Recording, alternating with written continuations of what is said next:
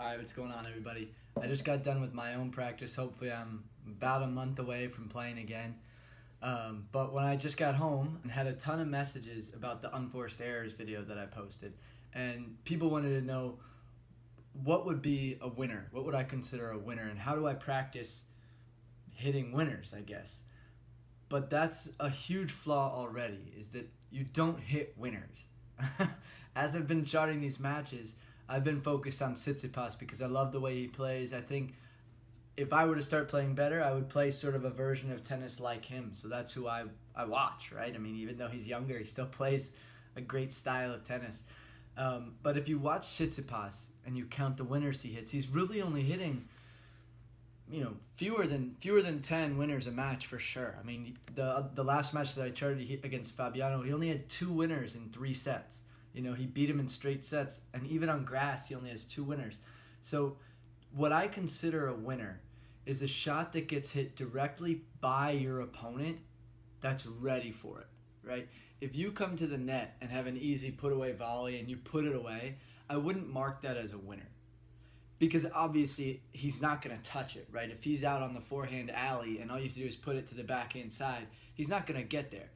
I'm not going to count that as a winner, right? Because that stat is very misleading. And what it's done for me when I was a kid, and what I see it doing to people all the time, is people look at Tennis Channel or ESPN or just whatever statistics app you have, and they see the winners versus the unforced errors. And those numbers are always really high, right? But they're too high.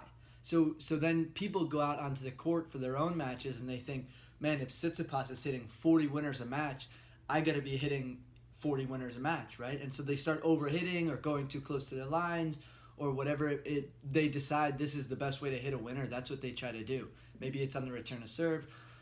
But here's the thing. If you count winners as only shots that get hit past a ready opponent, you're not going to get over 10 winners.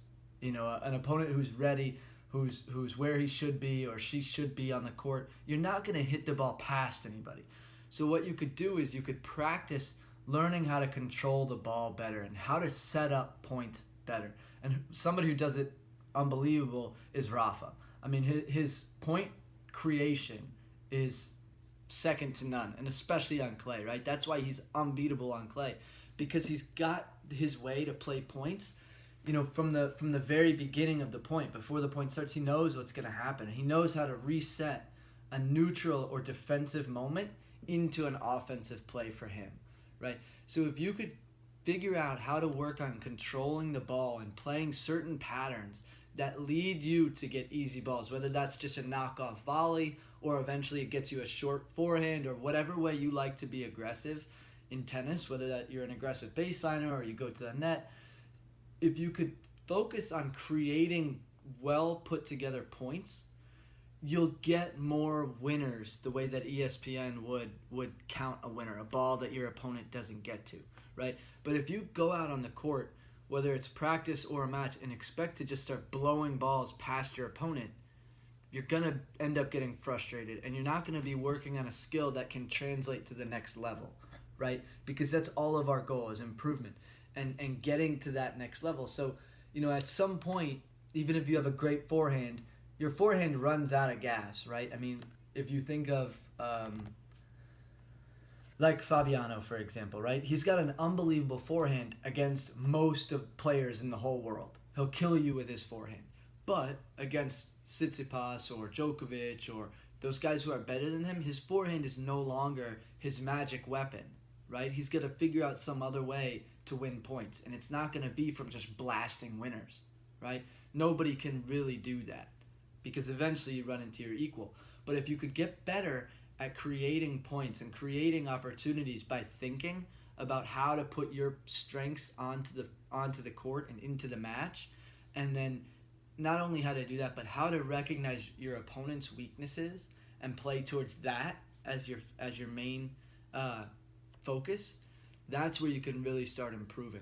So doing endless numbers of forehand inside out dead ball drills where you're just slapping the ball, that's not going to pay off, right? You need to spend time watching film or draw a court on a piece of paper and try to come up with patterns that you could play and that's how you could be good. If you need help with that, send me a message, send me a DM on Twitter or Facebook or Instagram or whatever, and get in touch with me, and I can help you work on that for your specific game. That's what I love to do. That's what I do for a bunch of people, and I can help you with it. Because if you go out there and you continually think, man, I got to make sure I'm having more winners than unforced errors, and that number has to be, 15, 20, 30, 40, whatever you think that number should be, you're only going to end up frustrated and probably playing very, very low percentage tennis. So I can help you with that, but you guys need to make sure that you're putting together practices that help you as a player, not that make you feel good like, oh, I blasted my forehand today,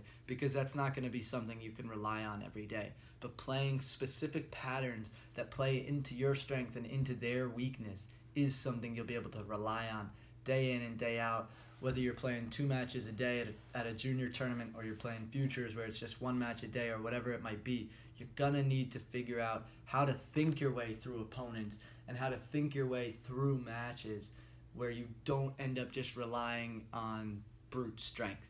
So I hope that helped, and I hope that definition makes sense. Let me know if it doesn't. As always, if you could like it and share it and comment and all that good stuff, help me help more people. That's all I'm trying to do, is help people understand the game that the top pros are playing, because all of us should be playing like that. And sometimes I think the stats and the coaching and the commentary can lead us astray from what the real pros are doing, and so I'm trying to just center us. So thank you for watching. Appreciate you as always.